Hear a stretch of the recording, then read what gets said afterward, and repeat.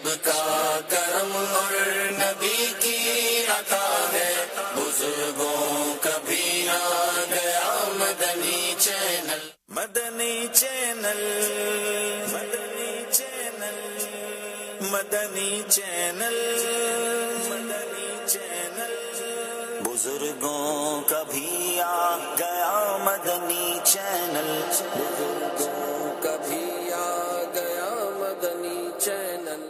یہ تربوز اللہ پاک کی وہ نعمت ہے جس سے بچے، جوان، بوڑھے سب بڑے شوق سے کھاتے ہیں، اور بڑی مزے کی بات یہ ہے کہ جس کے دانت داڑیں نہیں ہوتی ہیں وہ اور زیادہ شوق سے کھاتے ہیں، ان کو یہ زیادہ پسند ہے۔ تربوز اگر ٹھنڈا ہو اس کا مزہ ہی کچھ اور ہے۔ تربوز پر اگر نمک چھڑک دیا جائے نا تو مزہ ہی دوبالا ہو جاتا ہے۔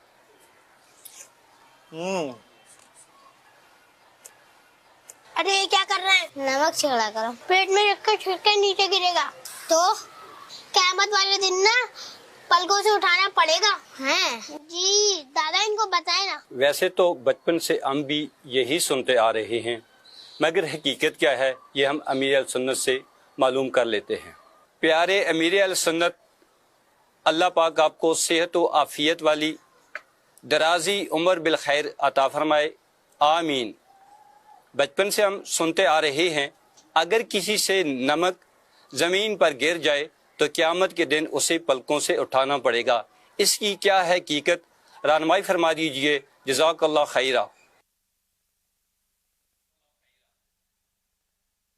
ویاکم، میں تو سمجھا کہ پوچھا جائے گا کہ کانٹوں سے کھانا کیسا ہے۔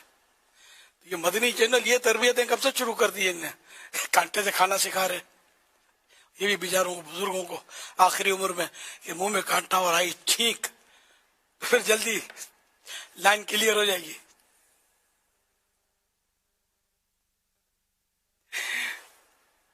تو یہ مطلب چھری کانٹے سے کھانا یہ ہمارا طریقہ نہیں ہے، یہ غیر مسلموں سے سیکھا ہے، نصارہ کا طریقہ ہے۔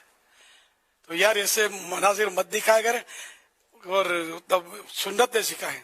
اب کل بٹھا دو گے چمچ سے کھلا رہے، چمچ سے بھی آ رہے، مطلب مناظر سمجھے وہ۔ بہرحال یہ کہ ہمیں مطلب یہ بنایا ہم نے مدنی چینل سنتیں سکھانے کے لیے، نہ کہ سنتیں بھلانے کے لیے۔ تو یہ تربوز ہو یا کوئی بھی چیز ہو، چھری کانٹے سے کھانا، چمچ سے کھانا کھاتے ہیں، سمجھے، یہ سنتیں نہیں ہیں۔ مطلب ہاں کوئی ایسی غذا ہے کہ جو مطلب یعنی کہ جیسے ابھی بقرعید میں بڑی بڑی رانیں بھون کر رکھیں گے سامنے، تو وہ چھری سے کاٹ کر اس کی بوٹی نکال کے کھانا، کہ یہاں حاجت ہے۔ وہ چھری سے یوں بھونک کے چھری یوں کھانا، یہ تو درست نہیں ہے، خطرناک ہے یہ۔ وہی میں نے کہا کہ چھینک آ گئی، بچہ پیچھے جا کر ابو کے کر لپٹ گیا تو ابو کہیں نکل گئے اور ہاسپٹل کی طرف، چھری اندر لگ گئی، کانٹا اندر لگ گیا۔ مولانا اوقاری صاحب، محمد شفیع اوقاری صاحب رحمۃ اللہ علیہ، خطیب پاکستان، ان کے واز میں بہت پہلے سنا تھا کہ وہ حلوہ آیا گرما گرم تو کسی نے چمچ ڈالی، منہ میں رکھا، پھر بیڑا پار ہو گیا اس کا، گرما گرم حلوہ تھا، منہ اس کا جل گیا۔ تو وہ فرما رہے تھے کہ انگلیوں سے کھانے میں حکمت ہے کہ انگلیوں سے کھائیں گے تو زیادہ گرم ہوگا تو پتہ بھی چل جائے گا کہ یہ منہ میں بھی رکھنے جیسا ہے نہیں، کیونکہ منہ زیادہ نازک ہوتا ہے نا، کوئی گرم چیز ہاتھ پہ لگے گی اس کا اور منہ کے اندر لگے گی، فرق ہے۔ تو یہ چمچوں سے کھاتے ہیں وہ بھی خبردار رہے کہ اس کو رکھ دیں، اللہ نے انگلیاں میں دی ہیں، حدیث پاک میں کہ 3 انگلیوں سے کھانا، نوالا لینا 3 انگلیوں سے، یہ سنت انبیاء ہے۔ 5 انگلیوں سے کھانا یہ گنواروں کا طریقہ ہے، اعراب کا طریقہ ہے۔ تو یہ کہ اب ضرورت ہو تو 4 یا 5 انگلیاں استعمال ہو جائیں تو الگ بات ہے۔ وہ چاول جیسے ہوتے ہیں تو 3 انگلیوں سے اٹھتے نہیں ہیں، پکانے کا جو انداز ہے ہمارے ہاں تو 3 انگلیوں سے اٹھانا بہت دشوار ہے، تو یہ مجبوریاں ہوتی ہیں۔